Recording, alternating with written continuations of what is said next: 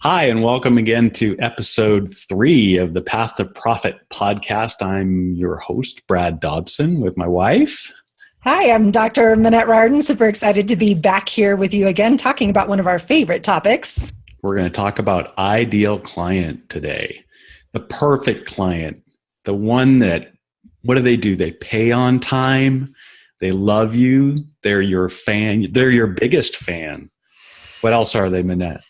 So the thing that I love about talking about your ideal client and why Brad and I are even bringing up this topic today is because once you know who your ideal client is, it simplifies everything else in your business. It makes your marketing super simple, clear, easy, and way more profitable. And as you know, what Brad and I love to talk about is how to get on the path to profit and stay there. And this is step 1 in that process. So Brad, why don't you tell them a little bit, what is an ideal client? Yeah, and we're going to talk about just how important that is and why it's so necessary to understand that. What is an ideal client? Let's see. An ideal client, like I said, it's someone that pays on time. It's someone that understands what value you're giving them at a deep, deep level.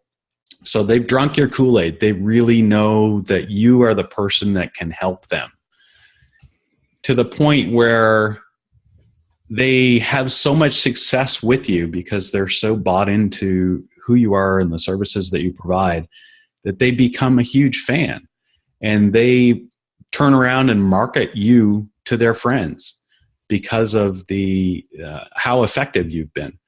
So I'll give you an example. I'm an Ironman age group athlete. And I am totally tired right now because I am 2 weeks out from my second Ironman. And the person that has brought me to this state of physical well-being is a coach. I was going to say exhaustion, but yeah, exhaustion. and I'm ready to turn. In fact, I've done this over the last 6 months, coaching with him. Or being coached by him.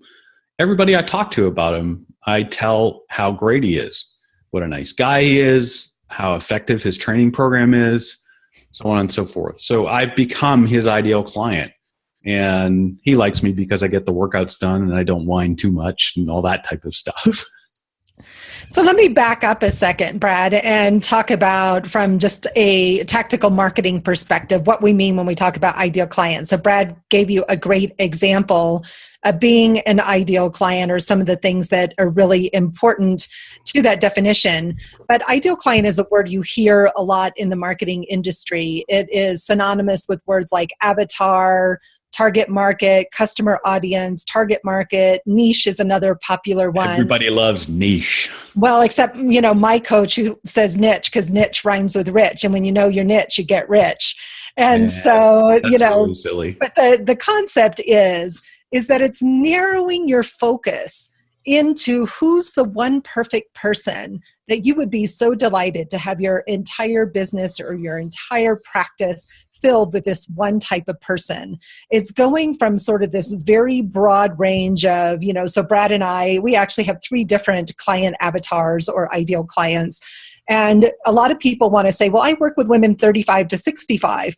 Well, that's a huge broad range of people, and each one of those different generations underneath 35 to 45, 45 to 55, 55 to 65 are a different ideal client. They show up in different places. They make different decisions. They spend different amounts of time and energy online as opposed to offline. So the more specific and clear you can be about who that one perfect person is, I think the more that it simplifies your marketing. Because the number one problem, Brad, that I think you and I hear from our clients in the Path to Profit Academy is that they're trying to market to everybody. They're trying to solve problems for everybody, and they're not attracting anybody. So, when we think about why ideal client matters so much, it's so that when people do meet you in person, and I want Brad in a second to tell how he met his coach, because that's a great story as well. But, when people meet you in person, they show up on your website or they find you on social media, they can very quickly say, yes, I want to know more. Yes, I think you can help me. Because the truth is, most of us are walking around all the time, not looking for coaches or not looking for products or services. We're looking for solutions. And an ideal client can help you really get clear about the problems and solutions that you solve and offer for your clients. But Brad, I love your personal story of how you met your coach, because I think it's a great example of the way that we can have a lot of fun when it comes to finding our ideal clients. Yeah. And I mean, I spend a lot of time on the bike as a triathlete, and just out one day riding, and start chatting with another guy on the bike who's obviously a lot fitter than I am and going a lot faster. But just talking to him back and forth. He had some of our local tri clubs gear on, and I chatted with him about that and found out he was a coach, and just was chummy with him, and then went back and on the website and found more about him and what he was about, and it just progressed from there. Part of what Minette mentioned too is we're not just looking for solutions. I think we're looking for tribe as well, and so my coach ended up being part of that tribe. I could self-identify with him. There were a lot of things that made me self-select when I looked at what he was about. And that's what you're looking for. When your audience is too wide, you don't represent a tribe that people can self-identify with. And a good example of how, we're not pulling this out of the air. This is a real thing. When you sign up to run an ad on Facebook, they'll tell you when your audience is too wide. And for those of you that have been through putting together a targeting audience for a Facebook ad, because they have so much demographic information, it is phenomenal how targeted you can make an ad or a boosted post. And so if you just put in women worldwide, well, great. You didn't really do your homework. Unless you're just a very specific brand that targets all women, which you're not, you needed to do more homework. So when we target an ad, we have geographic targeting that's local to our area for specific events that we run, our summits, up and down Central California, Southern California. Not only do we say women with a degree, we say business owners, we list all sorts of specific information about what their likes might be, so that we narrow further down to a very specific tribe that we think identifies with us. And I love that conversation around tribe, but you do have to start with the individual person and not with, I'm going to go pick my tribe. You have to pick with the people that are representative. So I totally agree with everything Brad said. And again, I'm the one that I love the tactics and the strategy. So how do you figure it out? And you start with what Brad was talking about, which is the demographics. How old are they? Where do they live? Do they have kids? Are they married? Are they single? Are they looking for a relationship? Lots of people that are relationship coaches, some of them work with married people, some of them work with singles, some of them work with the LGBTQ community. So the more specific you can be about calling out to that individual that's representative of a community, the more successful you'll be. Are they entrepreneurs? Do they have careers? Are they stay-at-home moms? And there's no right or wrong answer to any of these questions. It's about getting as specific as you possibly can about who is that perfect person, so that it makes it easy for him and her, again, to self-identify, just like Brad did with Matt, his coach, and say, yes, that's me.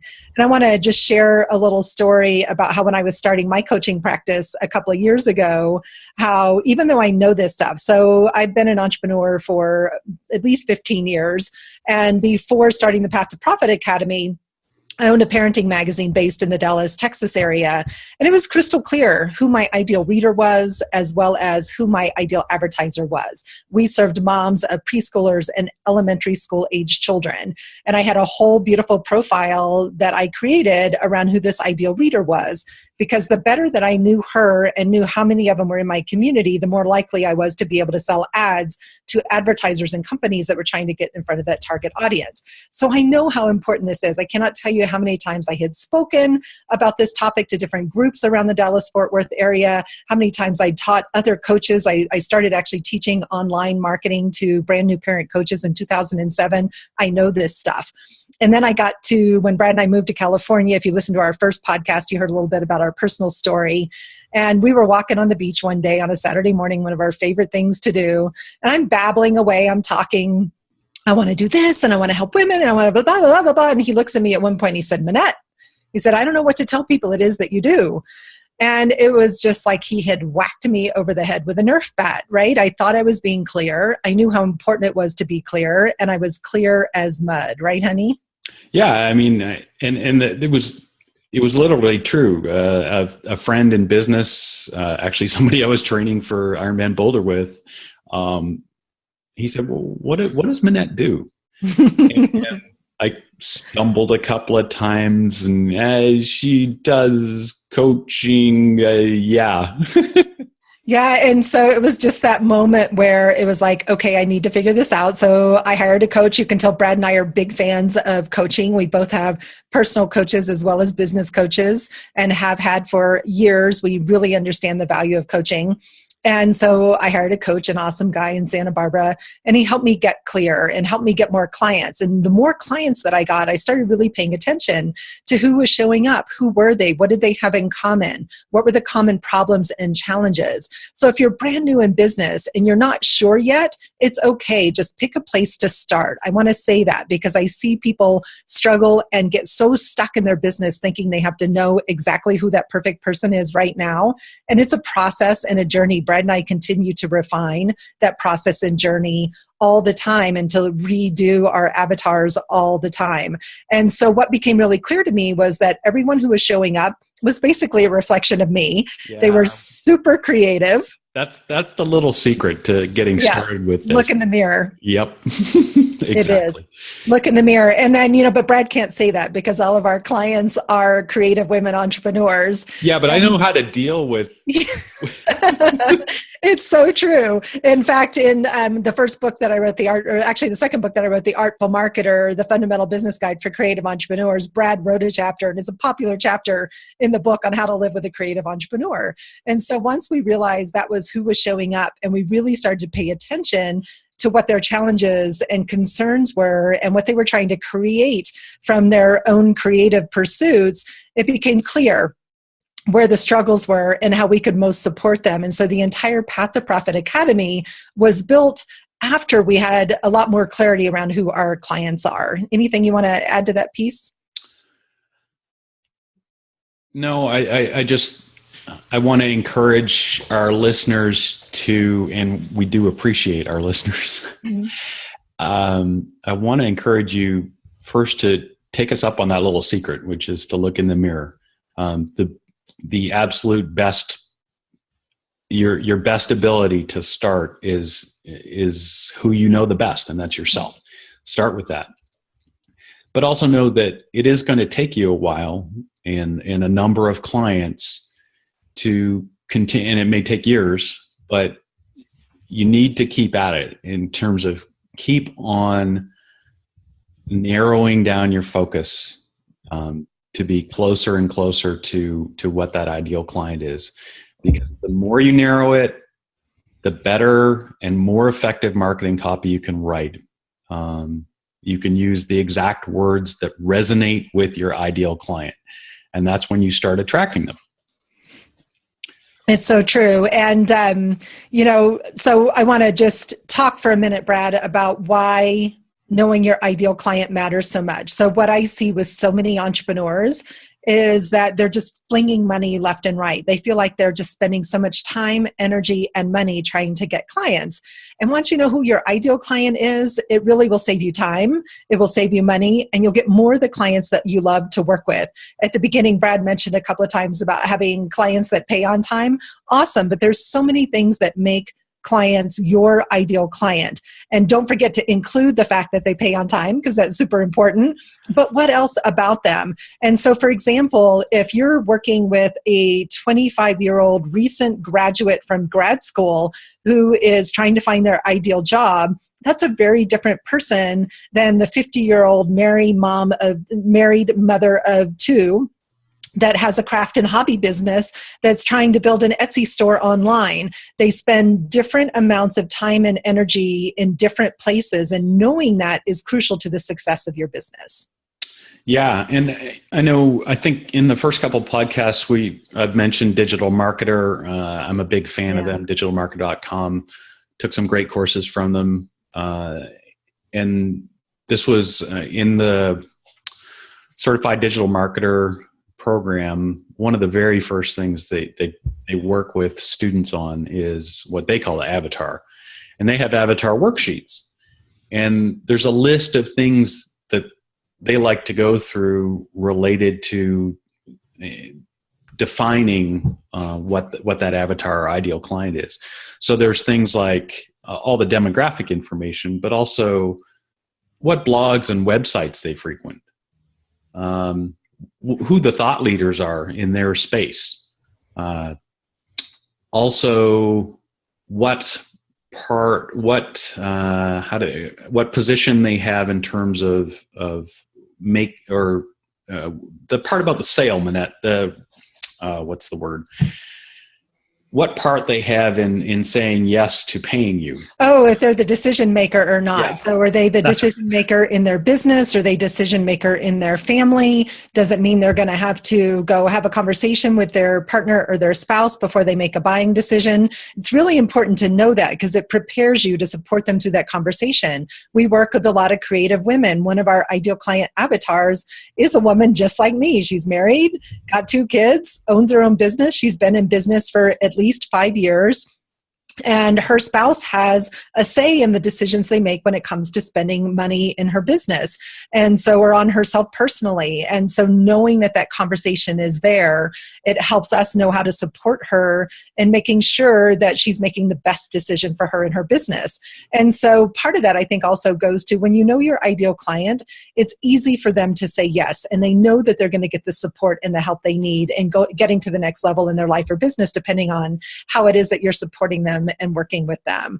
But some of those elements are so crucial, and it seems very detailed. And I promise you that the more detailed you are in creating that profile, the more successful your marketing will be. And I tell my clients all the time that then when you're writing copy for Facebook ads or copy for a sales page, or you're setting up a landing page for a new product or service, you write the language as if you're writing a love letter to that person, showing up in full support of them, saying, I'm here for you, I get you, I'm here to support you, I'm here to help you. And all of our marketing has to shift to being client focused. Another mistake that we see a lot of people make is that we try to make our marketing all about us. Why I'm an expert, the fact that I have 15 years experience in marketing and sales is great. But if you're a super structured linear thinker, I'm not your coach. So I have to know that and clearly articulate that in my marketing in a way that those creative people go, she gets me, she's the one. And the other ones go, no, she's not for me. Let me go find the next best person. So just knowing to the nth degree everything that you possibly can about them makes everything else so much simpler. Yeah, and I can chime in a little bit about that level of detail. So Digital Marketer gave us these avatar worksheets where they had the questions on them. Who are their thought leaders? What's the demographic, and so on and so forth. And I reworked that into a Google Doc, one for each of our 3 ideal clients. And we went back, and Minette and I went back and forth. We used existing clients as examples, similar people that we'd seen that show up at our summits, and as individual clients. So one of the hints that Digital Marketer gave, and I love this, was if you've identified that your ideal client is, say, a 47-year-old woman, so go to Google and search for the most popular baby names of that birth year. So 47 years ago would have been, I don't know, am I 47? No, I'm older than that. Anyways, a long time ago. So you search for those baby names, and it's going to give you the top 100 or whatever. Well, pick one, and now that's the name that you use when you talk about that ideal client. I then took it a step further. We use 123rf.com for stock photos. And I looked up that age of woman for pictures and found one that actually was quite close in terms of skin tone and hair to a woman or two women that we'd had come through our program. So I downloaded that and stuck it on our avatar worksheet. So now we have this picture in mind. We have a name. We understand so much about that client. So the idea is then you print out this avatar worksheet. It's on your wall. And when you're writing marketing copy or you're making decisions about your business and who you're going to market to, those people, whether it's one ideal client or multiple, just start with one. Yes, just start with one. Yeah. But those things are in front of you. Don't hide it away. It's really important. You went to all that work to find those details. Put them in front of you and actually work with that as your working ideal client. And another way that knowing your ideal client can really serve you, and this is one of the challenges that I see with creative entrepreneurs, and I certainly struggle with myself, is that we have tons of ideas. We have brilliant ideas, lots and lots and lots of ideas, and we want to be able to use all those ideas in our business. When you're looking at an ideal client profile and you have an idea for a product, a service, or a home study program you want to create, you have to back up and ask, is this something I'm interested in, or is it something my ideal client would really find valuable? So one of my favorite questions to ask in our business is when we solve one problem for our ideal client, we always ask, what's the next problem that they need solved? If we get their ideal client figured out for them, and they know what that profile looks like, what's the next solution that they need? And so our whole business is built around what's the problem our ideal client is experiencing in the moment, and what's the solution we offer for that. And oftentimes we try to think we have to really solve these huge global problems. And the truth is, the more we narrow our focus to solving one problem at a time for people, the more successful we'll be. That's such an important point. And I guess I really should have had one of our avatar worksheets out in front of me. I don't have it here right now, but nobody could see it anyway, sweetheart. Remember, this is a podcast. I know. Thank you. They might watch it on YouTube. Anyways, one of the biggest boxes on that avatar worksheet is pain points. Yeah. And that's what you're addressing. That's the service that you're providing. If they don't have pain points, they don't really need your service. Maybe they just want a friend. Yeah. So like Minette said, if you're putting together a course or a service or a specific offering, it needs to address the pain points that they have. Right. Great place to start is your own pain points. Yes. Yeah, or the pain points you experience. Because a lot of times I find, especially with coaches, authors, and speakers, is that the problems we end up solving in our business are problems that we've experienced ourselves. In our very first podcast, Brad and I shared a little bit about our personal journey and both our struggles and our successes in our first business that we owned. And although I had to take all the blame for that one that I owned, and he fully supported me while he was working full time. Some of you might be experiencing similar challenges right now where you're a solopreneur trying to build your business and you only have a little bit of support on the sides. And just noticing where you're going with all of this is so impactful and so important. And Brad, I wanted to take just a quick minute and share one of our client success stories with everybody before we run out of time today, because I think this is such a great story. And you get Brad and I on the video and the podcast together, and we can get going. We're really passionate about these topics and really passionate about helping our clients to build profitable businesses, not businesses that take up all their time and energy. Plus, she's in Colorado and I'm in California right now, so this is my chance to see her this morning. Aw, yes, we miss each other. So I packed up the kids and myself and am working from Grandma's house, my mom's beautiful house in Colorado this week, while Brad's home training for his Ironman. So Love Zoom. We use Zoom to record our podcast, by the way. We'll just share that, both the audio and the video version for YouTube. And it's great technology if you're working online. We highly recommend it. But I want to share a quick success story about a client of mine who is an occupational therapist with a big mission to share. So we hear this a lot when our clients first come to us, that they have these huge, beautiful visions of how they want to change the world. They want to start movements. They're visionaries. They're messengers. They want to have a real impact. And it can be really difficult when you have this huge global vision to understand how to start getting from where you are to making that big impact a reality. And the secret, again, is understanding who your ideal client is. So this particular client, Cindy, is an occupational therapist, and she's starting a movement called I See Ability. You can go check her out at iseeability.com. And what she really wants is to help everyone to see children with special abilities as having an ability, not a disability. She really wants to change the language that's in the marketplace. Instead of saying special needs or disability, she sees every child with ability, and it takes a certain way of looking at them and supporting them in order for us to be able to see that. They call her the child whisperer. It's a beautiful, beautiful story, beautiful business. And when I first started working with Cindy, she'd written this beautiful book, a board book that she'd made for kids to really celebrate the abilities that they have.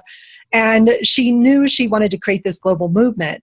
And what we realized is that we had to pick the one person where if Cindy was able to help this one person, it would have this beautiful impact and spread out to helping many, because she can only help one at a time or a small group at a time. And we realize that that one person is the classroom teacher working with kids with special abilities. And by helping teachers in the classroom, it helps the kids, it helps the parents, it helps administrators, it helps everybody. And she could create the global impact and change by starting in the classroom with just one person. And now Cindy is consistently out there traveling around the country and doing online programs to support educators in the classroom with different educational processes for I'm forgetting the terms for it right now, Brad, for hand-eye coordination would be one example of a simple tool. Like she teaches teachers simple ways to help kids learn how to use scissors effectively, how to sit still in the classroom, just really simple strategies that have a big impact on supporting teachers and students to learn better in the classroom. Fun story, iseeability.com. Yeah, and you know, that doesn't happen without identifying first that she needs to identify an ideal client, and then actually narrowing down that focus. It's all about focus. It is, because she thought, I want to help parents, I want to help teachers, I want to help administrators, and you can't do all of that at once. Ultimately, you can do all of that. So it's also, when you know your ideal client, you can learn to prioritize the steps that you take them. I've had this conversation recently, Brad, with a bunch of clients as well as potential clients about really looking at the journey that you take your clients on. Like, what's the point where they start with you? What's the result that they want? And how do you get them there? That can help you start to narrow that focus. And also reflecting back on the clients that you have served. Who have been your favorite clients? Why are they your favorite clients? Or if you're moving into a brand new career, for example, you're a brand new coach, and people have always come to you to have a particular problem solved, and you were doing it for free, and now you're ready to get paid for it. So notice, what was the problem that most often people were asking you to solve for them? So this is about just looking for those details in a lot of different places. And it's not about trying to get it perfect. It's about getting it going and knowing that you will have the time you need to refine as you go, but it's picking a place to start. Yeah, definitely. And I think getting back to just one other thing that I would add is the part about where a great place to start identifying an ideal client is with yourself. Yeah. That represents a personal journey that you're going to need to take. For some of us, it's difficult to look in the mirror and see what those pain points are. And we may unconsciously or subconsciously be able to help others, but we don't really want to help ourselves, or we don't really want to recognize those things in ourselves. So I would challenge you, to our listener, to not be afraid of that, to really look at yourself and see the journey that you're taking people on, and understand deeply why it is you have that ability. I think it will help you. It may be a difficult thing to start with, but it's worth it. I remember having that experience with one of my clients where I heard words coming out of my mouth, and it's like I'm listening to what I'm telling her to do in her business and realizing it was something I really needed to do in my business. So that's why we say look in the mirror, because so often not only are they a reflection of who we are, but we're experiencing the same challenges they are. We may be a little further ahead on the journey than they are, but we're still working out the same challenges. So like Brad said, and when it comes to marketing and knowing your ideal client, right now, the buzzwords in marketing are authenticity, vulnerability, thanks to Brene Brown. So the more that you're willing to share your journey and your challenges, the more your ideal clients will say, wow, that's my experience. That's been my journey. I get it. I'm so glad you went there first. Can you help me avoid making some of the same mistakes you have? I had one client specifically that heard me speak, and she's like, I don't want to make those mistakes. Can you help me not make those mistakes? Right. Yeah. I've seen it so many times with clients of Minette, and folks resonate with her because she stands up on stage and tells them the mistakes that she made. And people see that in themselves. They self-identify with it. And Absolutely. It's crucial to her to us being able to land more business. And that's what we want for you as well. And speaking of being on stage, I would be remiss, Brad, if I didn't take just a minute to tell people that we do live events. Our next one is in September, and it's going to be in Santa Barbara. We'd love for you to come and play at the beach with us. And you can learn more on our website at pathtoprofitacademy.com. We're going to be in a hotel literally just right at the beach. It's going to be a ton of fun. So if you are struggling to get on the path to profit, you know you have great ideas, you know you have lots of value to share with the world, and you're trying to figure out how to get your message out there in a bigger way and how to monetize that message, we'd invite you to come spend 3 days with us, design your roadmap to success, get a start on that marketing plan, and start to watch that money rolling in on a regular basis. Awesome. Awesome job, Minette. All right, everybody, have a great day. Again, we're Brad and Minette from the Path to Profit Academy. We look forward to seeing you on the next podcast with our awesome guest, Joe Metcalf from Arise Design, who's going to be talking to us about branding, another super fun topic to talk about. Cool. See ya. Bye-bye.